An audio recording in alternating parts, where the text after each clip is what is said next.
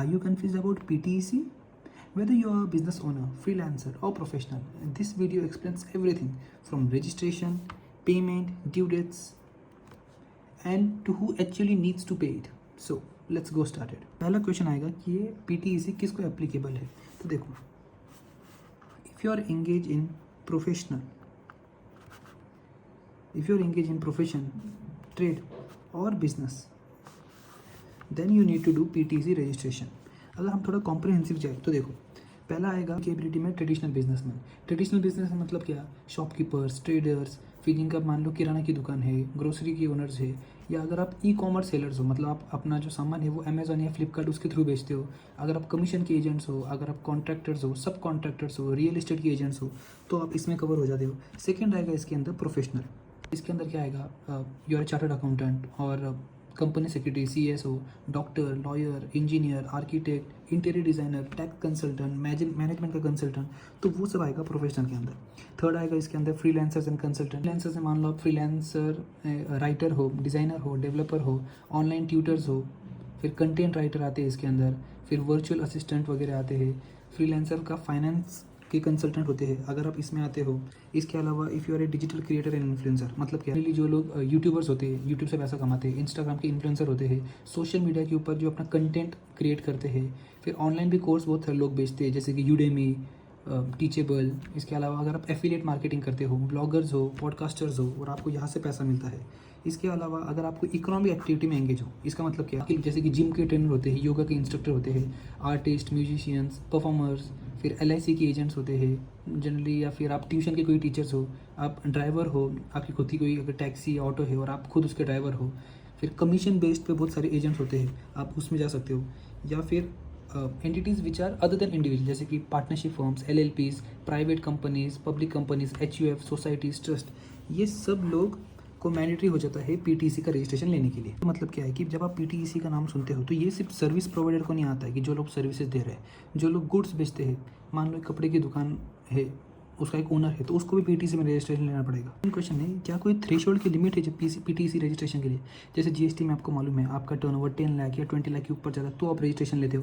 तो क्या PTEC registration के लिए कोई थ्रेशोल्ड की लिमिट है? तो इसका आंसर है नहीं, कोई रजिस्ट्रेशन की लिमिट नहीं है. अगर आप इनमें से कोई भी एक हो तो आपको डायरेक्टली PTEC का रजिस्ट्रेशन लेना पड़ेगा और हर साल एन्युअली आपको 2,500 रुपये पे करने पड़ेंगे.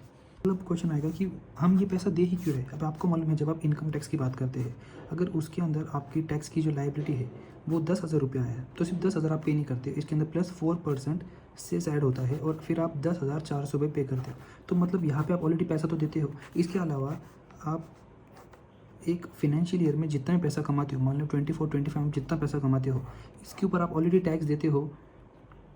अपना जो असेसमेंट ईयर है 25-26, इसके अंदर जब जुलाई आता है 31 जुलाई, ये बची हुई ड्यू डेट से, तब आप ऑलरेडी पैसा भरते हो. तो मैं अलग से 2,500 रुपये क्यों भरूँ इसके अंदर? तो देखो, पॉइंट है जो हम 4% की बात करते हैं इनकम टैक्स की, वो होता है हेल्थ एंड एजुकेशन सेस. मतलब इसका मतलब क्या है कि जो 4% है वो सिर्फ हेल्थ और एजुकेशन के पर्पज़ के लिए ही लिया जाएगा. इसके अलावा क्वेश्चन है कि अगर हम इनकम टैक्स ऑलरेडी पे कर रहे हैं तो ये 2,500 अलग से क्यों पे करना है? तो देखो जो आपका इनकम टैक्स है और जो इसके अंदर सेस का पोर्शन है, ये पूरा पैसा जाता है सेंट्रल गवर्नमेंट के पास, जबकि जो PTEC का पैसा है वो जाता है स्टेट गवर्नमेंट के पास.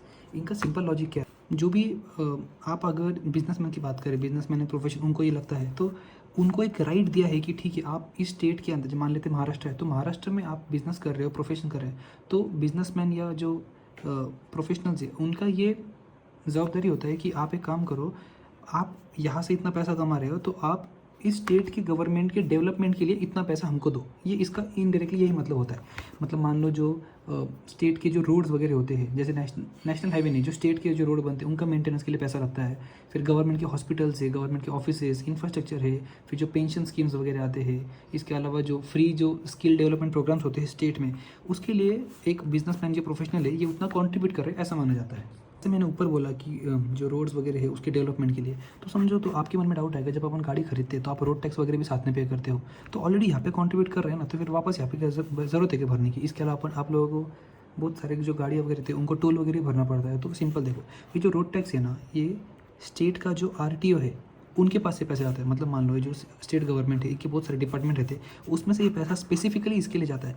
रही बात जो टोल होते हैं, तो जो टोल है उसके लिए तो NHAI या फिर जो प्राइवेट ऑपरेटर्स है उनको पैसा मिलता है। तो इसलिए ये जो पैसा आप भर रहे हो 2,500 रुपये, ये स्पेसिफिकली किसके लिए भर रहे हो आप? स्टेट के डेवलपमेंट के लिए भर रहे हो। अलावा अगर हम बात करें तो देखो, आप ये जब 2,500 रुपये भरते हो तो गवर्नमेंट को जो है, गवर्नमेंट को मालूम पड़ जाता है ना कि आप बिजनेसमैन हो, आप प्रोफेशनल हो क्या नहीं। तो आपकी जो कैटेगराइजेशन है, आपका जो आइडेंटिटी है, प्रोफेशनल आइडेंटिटी प्रूफ, वो स्टेट लेवल पे ऑलरेडी मालूम पड़ जाता है कि आप बिजनेस कर रहे हो, प्रोफेशन कर रहे हो। तो अगर मैं शॉर्ट में बताऊँ तो देखो, अगर आप ITR 3 भरते हो जो स्पेसिफिकली बिजनेस की बात करता है, या अगर आप ITR 4 भरते हो जिसके अंदर जो प्रिजम्पटिव स्कीम की बात करता है, तो आपके लिए मैंडेटरी हो जाता है PTEC रजिस्ट्रेशन को लेने के लिए। ठीक है, अगले जो PTEC का रजिस्ट्रेशन है वो आपको बहुत जगह यूज़ करना पड़ता है। जैसे आप जब करंट बैंक अकाउंट खोलते हो तो उस केस में आपको PTEC का रजिस्ट्रेशन मांगते हैं, या फिर जब आप GST में रजिस्ट्रेशन लेते हो तब आपको PTEC की डिटेल्स मांगते हैं। इसके अलावा जब आप शॉप एक्ट का रजिस्ट्रेशन करते हो तब आपको PTEC की डिटेल्स मांगते हैं। तो ये PTEC बहुत ज़्यादा ज़रूरी हो जाता है। तो TDS का प्रोविजन तो मालूम है, मान लो ये XYZ है और ये कोई कंपनी है। बहुत सारे केसेस में मान लेते हैं इसने इसको पेमेंट किया है 1 लाख रुपये का, इसे पेमेंट करना था 1 लाख रुपए का, बट इसने इसको पेमेंट किया 90,000 रुपये का और 10,000 रुपये का TDS काटा। ये TDS ये क्या करेगा? गवर्नमेंट को दे देगा। XYZ यही पैसा गवर्नमेंट को दे देता है और इस बंदे को TDS का क्रेडिट मिल जाता है जब ये ITR फाइल करता है। तो क्या सिमिलरली हमें PTEC का जो 2,500 भरा वो पैसे वापस मिल जाएंगे जब हम ITR फाइल करेंगे? तो नहीं, इस केस में आपको कुछ नहीं मिलेगा, क्योंकि ये काइंड ऑफ आपका लाइसेंस फ़ी है जो आप पे करते हो। ये जो आप पैसा पे करने वाले हो, आप जब अपना प्रॉफिट एंड लॉस अकाउंट बनाओगे तो यहाँ खर्चे जब आते हैं आपके, तो आप इस खर्चे में इस पैसों को ले सकते हैं, क्योंकि ये लाइसेंस फ़ी आपका एक बिजनेस रिलेटेड एक्सपेंस है। तो एप्लीकेबिलिटी तो समझ गए। अब हम बात करेंगे रजिस्ट्रेशन। अब आपको समझ गए कि आपको PTEC का रजिस्ट्रेशन लेना है, तो कब तक लेना है? तो ये क्या बोलता है, जैसे ही आपका बिजनेस कमेंस हो गया, यहाँ से 30 दिन के अंदर, इस पीरियड के अंदर आपको क्या करना पड़ता है? PTEC का रजिस्ट्रेशन ले लेना होता है। मान लो अगर आपने इस तारीख तक अपना रजिस्ट्रेशन लिया और इसके बाद लिया, तो इसके साथ आपको पेनल्टी भी बेयर करनी पड़ती है अंडर सेक्शन 5 सबसेक्शन 5। मान लेते हैं आपने अपना बिजनेस कमेंस किया है 10 जुलाई 2025 को, तो यहाँ से हम क्या करेंगे? 30 दिन जो ख़त्म कब होते हैं? 9 अगस्त 2025। ये तारीख तक आपको अपना रजिस्ट्रेशन लेना पड़ेगा। बात तो ऊपर हमने देख ली रजिस्ट्रेशन की। अब हम बात करेंगे पेमेंट की। तो पेमेंट कब तक करना होता है? जो मैंने आपको कहा था 2,500 रुपये का पेमेंट करना है, वो कब तक करना पड़ता है? अगर आपका रजिस्ट्रेशन हो गया तो हम देखेंगे आपका रजिस्ट्रेशन कब हुआ। मान लेते हैं आपका रजिस्ट्रेशन फाइनेंशियल ईयर चालू होने से पहले हुआ, मतलब 31 मार्च जो आता है, मान लेते 2024 की बात करते हैं हम, नहीं 2025 की बात करते हैं हम। 31 मार्च 2025 की अगर हम बात करें तो ये फाइनेंशियल ईयर कौन सा था? 24-25 था। ये खत्म होने से पहले अगर आपने रजिस्ट्रेशन ले लिया तो उस केस में आप क्या करते हो? 30 जून का आपको टाइम दिया जाता है। तो देखो, अब बात करते हैं हम पेमेंट की। तो पेमेंट क्या बोलते हैं? जो आपको 2,500 रुपये पेमेंट करना है, ये कब तक करना पड़ेगा? तो डिपेंड करता है कि आपका रजिस्ट्रेशन जो है वो कब तक हुआ है। अगर आपने जो रजिस्ट्रेशन कर लिया है वो फाइनेंशियल ईयर ख़त्म होने से पहले किया है, अब मान लेते हैं आपका बिजनेस कमेंस हुआ है 20 फरवरी को, तो आपको 30 दिन के अंदर रजिस्ट्रेशन लेना पड़ता है। तो रजिस्ट्रेशन आपने कब लिया होगा? इस केस में मार्च मंथ में लिया होगा। मान लेते हैं 20 मार्च को आपने अपना क्या किया? रजिस्ट्रेशन लिया है। अब 20 मार्च ये 31 मार्च के पहले है, तो फाइनेंशियल ईयर खत्म होने से पहले आपने रजिस्ट्रेशन लिया इस केस में। तो इस केस में आपको जो रजिस्ट्रेशन के लिए जो पेमेंट करना है उसकी ड्यू डेट आ जाती है 30 जून। इस केस में 30 जून 2025, ये आप जो 25-26 फाइनेंशियल ईयर है उसके लिए आप पेमेंट कर रहे हो 30 जून, इतना एडवांस अपन पेमेंट करते हैं। लेकिन मान लेते हैं आपका जो फाइनेंशियल ईयर है वो ख़त्म होने के बाद आपने पेमेंट किया। मान लेते हैं इसी केस में आपने अभी 20 अप्रैल को करने का था, आपको कब तक रजिस्ट्रेशन करने का था? 20 मार्च तक करने का था। लेकिन मान लें आपने 5 अप्रैल को पेमेंट किया, या फिर आपका जो बिज़नेस कमेंस हुआ है वो बिज़नेस कमेंस ही हुआ था 2 मार्च को, तो उस केस में 30 डेज देखा तो भी वो आपका अप्रैल में ही आएगा फाइनेंशियल ईयर ख़त्म होने के बाद। तो इस दिन में उन्होंने क्या बोला, जब जैसे आपका रजिस्ट्रेशन होता है, रजिस्ट्रेशन ख़त्म होने से 30 दिन के अंदर आपको क्या करना पड़ता है? पेमेंट करना पड़ता है। अभी मान लेते हैं आप 10 जून को रजिस्टर हुए, तो आपको 10 जुलाई से पहले तो भी वो 2,500 रुपये का पेमेंट करना पड़ेगा। अगर आपने पेमेंट नहीं किया तो इंटरेस्ट पेनल्टीज है वो सब आपको बेयर करनी पड़ेगी। समरी चाहिए तो मैंने यहाँ पे समरी ऑलरेडी मेंशन करके रखी है। ये जो ऊपर का मैंने आपको एग्जांपल दिया, आप इस एग्जांपल में ये नहीं बोल सकते कि मेरी एक्चुअल में जो बिजनेस कमेंस हुआ था वो 20 फरवरी में हुआ था, लेकिन मैंने रजिस्ट्रेशन 5 अप्रैल को किया है, तो इस हिसाब से आप मुझे 30 जून का ऑप्शन दो। तो ऐसा नहीं होगा। इस केस में आपने जैसे ही रजिस्ट्रेशन किया वहाँ से 30 दिन के अंदर 5 मई तक ही आपको पेमेंट कर देना पड़ेगा। बहुत सारे लोगों को ये PTEC का कंसेप्ट नहीं मालूम, क्योंकि इसका जो ओरिजिनल जो अगर हम बात करें ये एक्ट कब आया था, ये एक्ट 1975 में आया था, तो तब से ही आपको PTEC के प्रोविजंस एप्लीकेबल है। मान लेते हैं एक एग्जांपल देते हैं 1990 इस फाइनेंशियल ईयर के टाइम पे आपने क्या किया, आपका जो बिज़नेस था उस बिज़नेस को आपने कमेंस किया। अब आपको जुलाई 2025 में समझा कि यार मुझे पीटीसी का रजिस्ट्रेशन लेना होगा, तो अब आप क्या करोगे? तो देखो, पहला है पीटीसी रजिस्ट्रेशन के लिए आप इमीडिएटली अप्लाई करो। आपको जुलाई में मालूम पड़ा, ठीक है, जुलाई के मंथ में या जुलाई के 1-2 महीने में लगेज आप पीटीसी के रजिस्ट्रेशन के लिए अप्लाई कर दो। जब आप रजिस्ट्रेशन करोगे तो उसके अंदर कमेंसमेंट की डेट, पैन नंबर, आधार नंबर, फिर एड्रेस प्रूफ, ये बहुत सारी डिटेल्स मेंशन करनी होती है। जैसे ही इस डिटेल्स फिल करोगे तो कमेंसमेंट डेट के बेसिस पे आपको डिमांड रेज हो जाएगा। जो स्टेट डिपार्टमेंट है वो आपको क्या करेगा, एक डिमांड रेज करेगा। उस डिमांड के अंदर आपको जितना टैक्स भरने का था 2500, वो प्लस इंटरेस्ट प्लस पेनल्टी ये सब मिलेगा। और ये सब पे करने के बाद फिर आपका ये पीटीसी का रजिस्ट्रेशन वैलिड माना जाएगा। अगर हम इस एग्जांपल के हिसाब से चले देखो 1990 की जगह आप 2025 में कर रहे हो, आप समझ रहे हो, तो आपने मोटा मोटी 35 साल लेट कर दिया है पेमेंट करने में। मुझे अब 35 ईयर्स इंटू 2500 रुपये, ऐसे 80-90 हज़ार रुपये भरने पड़ेंगे? नहीं। जनरली जो पीटीसी का डिपार्टमेंट होता है ना, वो ज़्यादा पुराने केसेस नहीं खोलेगा। अब 35 ईयर से, तो मान लो उसने 2010 से या 2000 से यहाँ से आपका प्रोसीडिंग चालू किया हो, इसमें आपको मान लो टैक्स 25,000 रुपये भरने को आ रहा है, प्लस इंटरेस्ट 10,000 का, प्लस जो आपको पेनल्टी है वो 5,000 से 10,000, ऐसे करके आपको पेमेंट करना पड़ेगा। समझो इसमें लोग क्या करते हैं, देखो अभी मान लेते हैं मिस्टर ए नाम का बंदा है, उसकी खुद की क्या है, फुटवेयर्स की एक दुकान है। उसका 1990 में बिजनेस कमेंस हो गया था, पर जीएसटी में रजिस्ट्रेशन उसने मान लेते हैं 2025 में ही लिया है।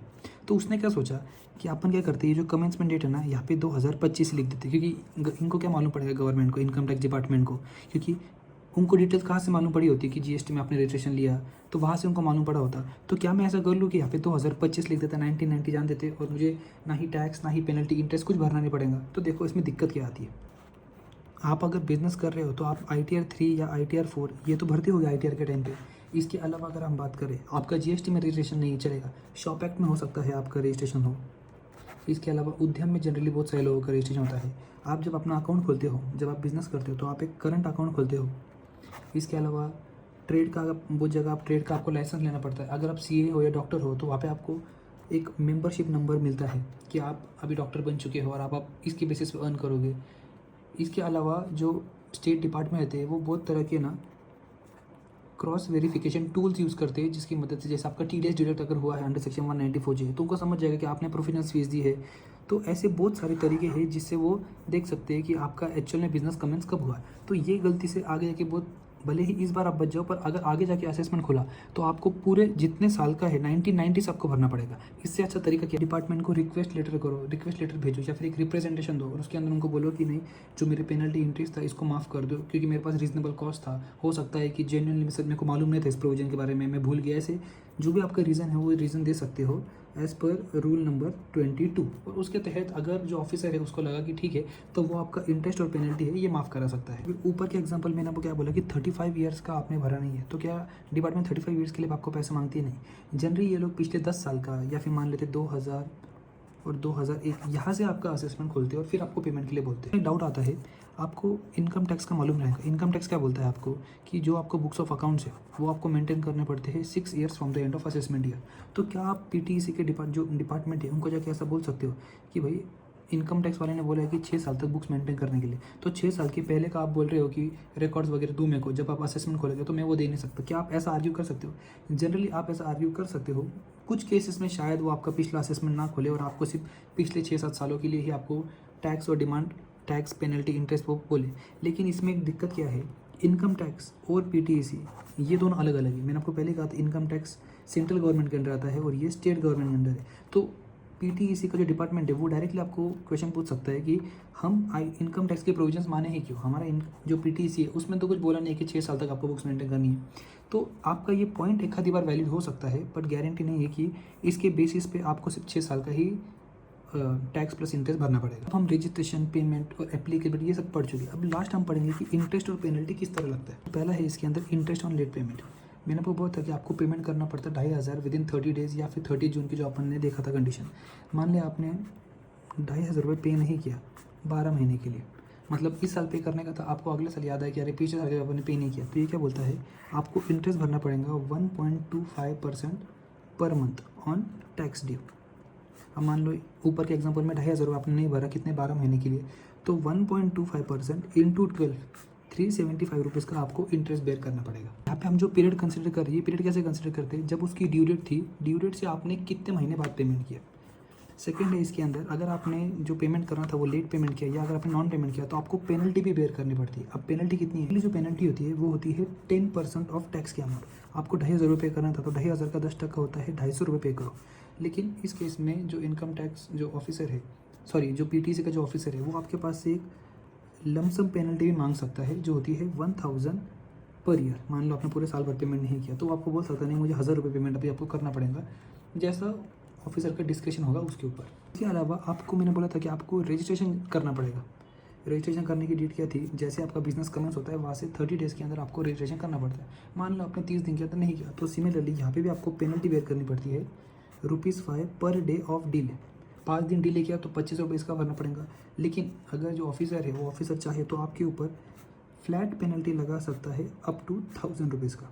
आपको बोल सकते हैं नहीं आपको 1,000 रुपीज़ भरने पड़ेंगे, उसके डिस्कशन पे होता है। लास्ट बात है, मैंने आपको कहा कि आपको पेमेंट करना पड़ता है कितना, 2,500 रुपये का। तो ये जो पेमेंट है, ये पेमेंट आप किस तरह कर सकते हैं, तो देखो जो मैंने आपको कहा था कि mahagst.gov.in, आप यहाँ जाते हो, यहाँ पे ई पेमेंट का एक ऑप्शन आता है, वहाँ पे PTC पे क्लिक करो, अपना टिन नंबर डालो, डिटेल्स डालो और आप पे करो नेट बैंकिंग के थ्रू, UPI के थ्रू, वहाँ पे जाके आप ये पैसा पे कर सकते हो।